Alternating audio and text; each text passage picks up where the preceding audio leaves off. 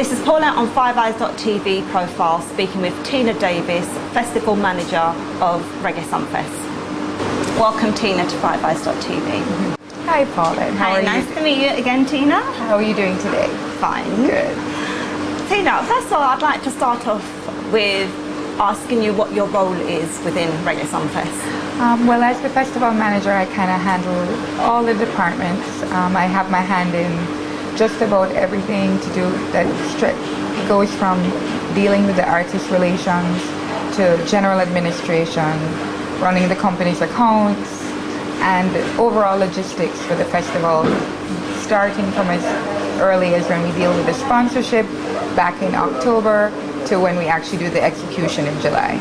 Okay, do you also book the artists? I help with that as well, yes. How long have you been involved with Reggae Sunfest? I joined the festival in year 5, which would have been 1997, which makes this year my 16th show. 16? Yep. So you're part of the furniture. Exactly. I've kind of come of age with the festival too. You look like a little baby. And how did you get involved with Reggae Sunfest? Well, I'm actually a banker. That's what I studied. I studied economics in university. Moved back to Jamaica in 1994 and came to Montego Bay as a banker with a small financial company called Manufacturers Merchant Bank. A number of the directors of Sunfest were my clients. Oh. And by about the third year I was in Montego Bay, they started kind of leaning on my services to help with, things stretching from helping to raise financing for the show to helping with press releases and marketing, which was something that I had no background in. And before long, I had quit my job as a banker and took on working with Sunfest full time. And the rest is history. So you mentioned you came back to Jamaica. Where did you study there? My family migrated from Jamaica when I was 16 years old and moved to Richmond, Virginia. And so I finished my last 2 years of high school in Richmond. Started college at Howard University in Washington, D.C. and finished up at Virginia Commonwealth University in Richmond. Gosh. But did you go to school when you were younger in Jamaica? Yes, I did. I went to elementary school, Wilmer's Prep, and then I went to Immaculate Conception High School in Kingston. I did my O-levels, left Jamaica when I was 16, and because of my age, my parents felt that I was a little too young to send off to college. So when we moved to the United States, I did 11th and 12th grade, repeated those years in high school in the United States before going to college in 1986. Gosh, it's a good thing you came back then.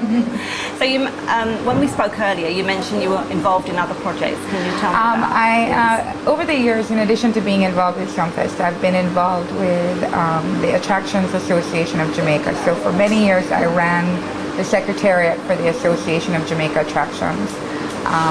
Helped to develop the country's attractions brochure, which is used by the Jamaican Tourist Board in marketing Jamaica as a destination.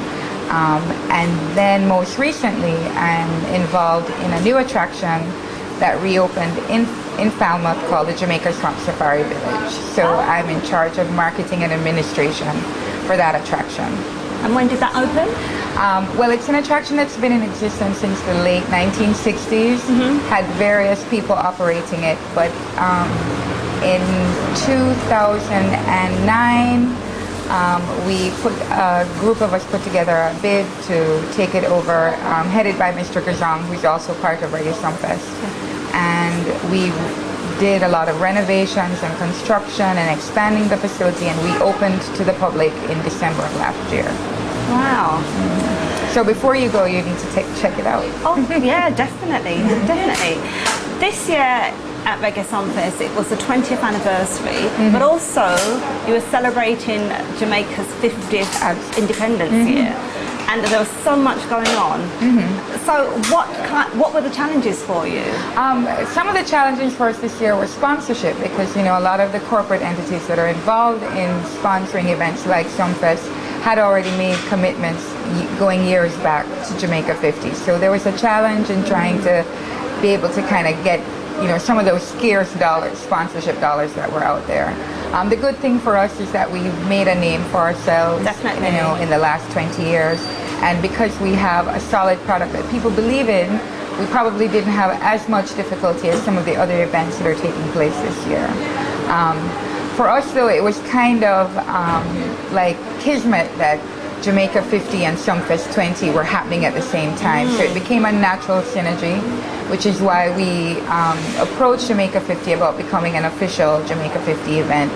And that, I think, was really one of the icing on the cake for Sumfest this year. Yeah, definitely. Everything just sort of came together really smoothly. And even when we were watching the artists, you could see that they gave 110%. Exactly, because the world is watching us this year in particular. Definitely. You know, and so I think a lot of them invested a lot into their performances to make it truly memorable and truly about celebrating what Jamaica is all about. Yeah, and I really felt that. Yeah, absolutely.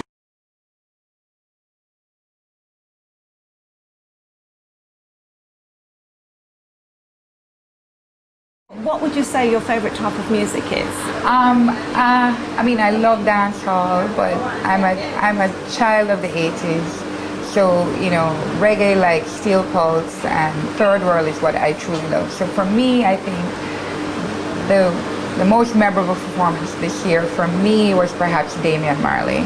Right. I always enjoy watching him. I could watch him 10 times a year. He never fails to disappoint. So his performance for me, I think, was the most memorable.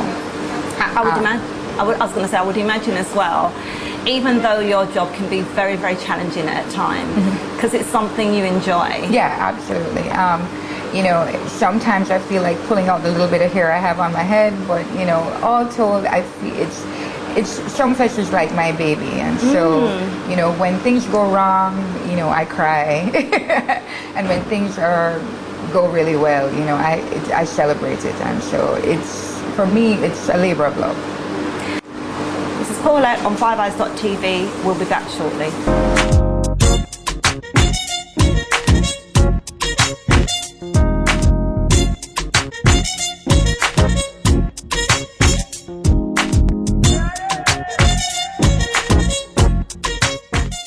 Tina, who inspires you?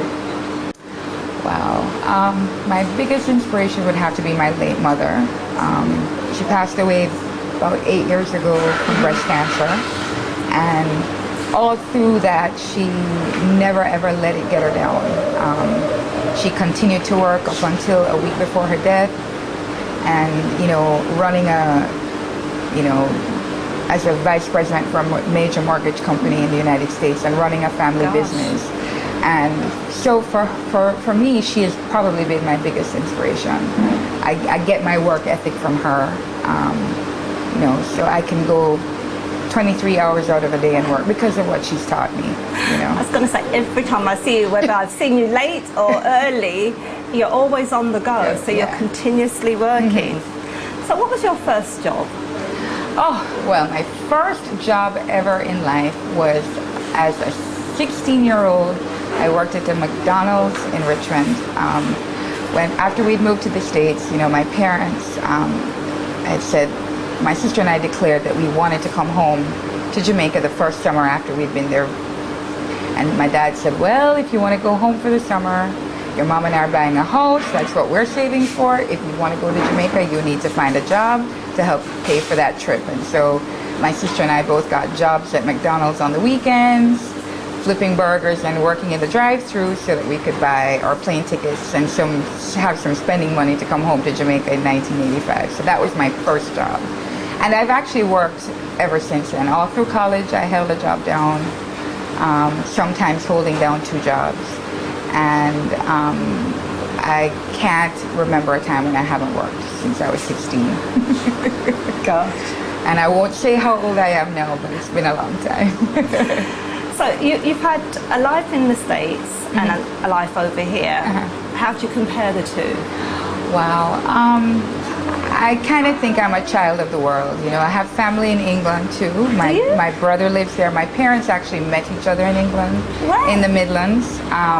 My grandparents are buried in Bilston, just outside of Wolverhampton. So my brother still lives there. I have lots of cousins there. Then I have my family, my immediate family, my father and my sister and one of my grandmothers are in Virginia. I have family in Florida, a very close family in Atlanta as well. So I kind of split my time between there and here. I'm the only one here, so when I want to see my family, I have to travel.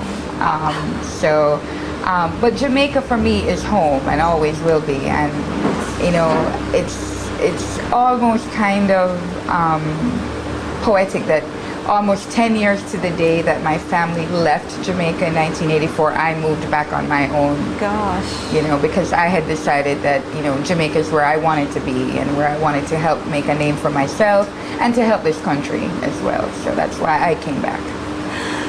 I was going to say, you know, with Reggae Sumfest and with the Olympics, it's really put Jamaica out there. Absolutely, absolutely. I know everybody's watching to see what our athletes are going to do. All of us here in Jamaica are, you know, on pins and needles waiting for the moment. Come August 5th and 6th when the 100-meter finals are going to be run, it's going to be like, you know, excitement here. So if I wasn't going to be in England, this is the only place I would want to be. Yeah, I can imagine the excitement that's going to carry on. But what I like about the Jamaicans anyway, whether you win or lose, there's still celebrations. Absolutely, absolutely. You know, we know how to party and we know how to go party hard, you know. Definitely. You know, I had a young cousin here in Jamaica with me this past Sumfest for her first trip to Jamaica from England, and she's 20 years old.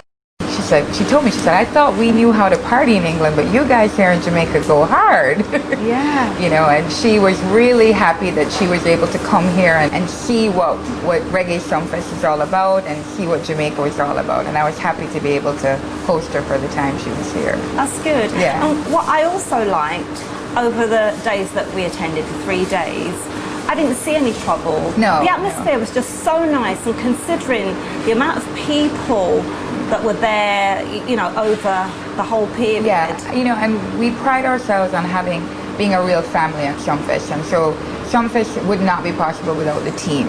You know, it's not just about me or Mr. Gazong or our chairman it's about the entire team that includes our security team, includes our security forces, includes all the people on the ground that get the venue ready. It includes the sponsors, it includes the artists, just the drivers of the buses. It includes everybody, and everybody works really hard because they're all really invested in making sure that we put our best foot forward for Reggae Sumfest. No, and that's great, and you get that feeling. Absolutely. You know, it's not like anyone thinks that they're better than anybody else. No, absolutely not. Absolutely not. And we all get down and get dirty when we have to. And, you know, it really is about a real team effort. Yeah. So I want to ask you now, how do you relax? Because you're doing so many different things. Well, you know, outside of Sumfest and even the safari, my true passion is cooking and baking. That's really what I love to do. If I wasn't doing any of this, I'd be in a restaurant somewhere cooking or baking. That's my first love. So that's what I do to relax. So, you know, like this weekend, I'm going to be baking for my friends and family, you know. That's what I love to do. So that's how I relax, actually.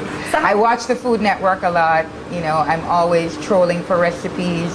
I have a little food blog, so I work on that. Do you? Yes, I do.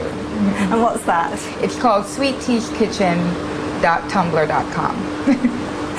Well, considering you like cooking so much, how comes you don't have a restaurant? Well, I did at one point. From 1999 to 2002, I operated a restaurant on Doctor's Cave Beach with 2 partners. Actually, there are 2 people who are also part of the Sumfest team. So we operated a little place called Nyami's on the beach at Doctor's Cave. And then I do bake and sell on the side. So I still do that even as we speak. So even as recently as a week before Sumfest, I had cake orders filling for my customers. My goodness. So do you do cakes? Yes, wedding cakes and things like that? I don't get it. I mean, I can do wedding cakes, but I tend to do a lot of layer cakes and cupcakes and cookies and that sort of thing. Pies, cheesecake, that sort of thing. That's very, very handy to know. So where are you based? I live right here in Montego Bay, in the Iron Shore area, you know, I have family that's down on the south coast in Westmoreland and in Mandeville, so that's where I kind of keep myself. I'm a Montego Bay girl. I mean, I moved here in '94 as a transplant. I grew up in Spanish Town, just outside of Kingston. Went to school in Kingston, so most of my friends are in the Kingston area.